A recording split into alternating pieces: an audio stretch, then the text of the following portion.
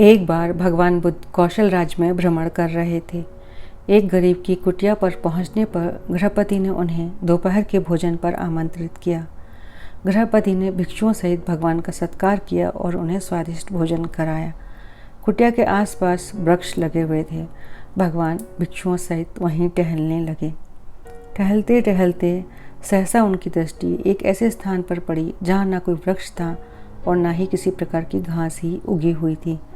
पूछने पर माली ने बताया कि जब वृक्ष लगाए जा रहे थे तब एक मूर्ख बालक ने वृक्षों को उखाड़ उखाड़ कर पानी दिया, जिससे कि सब वृक्ष जड़ से उखड़कर नष्ट हो गए। भगवान ने हंसते हुए कहा, मूर्ख लड़के ने पहली बार ही बाग नहीं उजाड़ा है, इससे पूर्व जन्म में भी इसने ऐसा ही किया था। जिज्ञासा प्रकट करने पर उन्होंने पूर्व जन्म की माली और मूर्ख बंदर की कथा इस प्रकार सुनाई। काशी के राजा सोमदत्त के राज में एक बार नगर में बड़ा उत्सव हो रहा था। राजा के माली की भी इच्छा हुई कि वह भी नगर में जाकर उत्सव देखे, परंतु उस पर वृक्षों को पानी देने की जिम्मेदारी थी।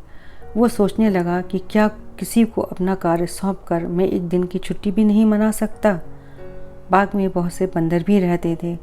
वह उनके सरदार के पास गया और कहने लगा कि सरदार, मैं एक प्रार्थना करने आया हूँ। नगर में बड़ा भारी उत्सव हो रहा है। मेरी इच्छा है कि मैं भी आज उत्सव देखकर आऊँ। क्या आप कृपा करके आज वृक्षों में पानी देने की व्यवस्था करा देंगे? मैं आपका बड़ा उपकार मानूंगा। विनम्र वाणी सुनकर बंदरों का सरदार द्रवित हुआ और बोला, तुम प्रसन्नतापूर्वक जा सकते हो, मैं सब व्यवस्था करा दूंगा। माली चला गया। इधर बंदरों के सरदार ने सब बंदरों को बुलाकर समझाया, देखो, आज हमें परोपकार का एक काम करना है। बेचारे मालिक को तो छुट्टी ही नहीं मिलती थी। हमने आज उसका काम करने की जिम्मेदारी ली है। हमें बहुत ही सावधानी पूर्वक सब वृक्षों में पानी देना है। कोई वृक्ष प्यासा ना रहे। जिस वृक्ष को जितनी आवश्यकता हो उतना पानी दिया जाए, परंतु पानी व्यर्थ नष्ट न किया जाए। बंदर तो ठहरे बंदर। बंदरों की समझ में नहीं आया कि वृक्षों की प्यास कैसे नापी जाएगी। उन्होंने अपने सरदार से पूछा कि वो कैसे वृक्षों की प्यास को नापेंगे। तब उस बुद्धिमान बंदर ने कहा, वृक्ष जड़ों से पानी पीते हैं। किसी वृक्ष की जड़ें छोटी होती हैं और किसी की बड़ी। जड़ों की नाप से उनके पानी पीने का अनुमान लगा सकते हो। सरदार का आदेश पाकर बंदरों ने तुरंत काम आरंभ कर दिया। उन्होंने प्रत्येक वृक्ष को पहले उखाड़ कर उसकी जड़ें नापी और फिर उसे वापस लगाकर अंदाज से पानी पिलाया।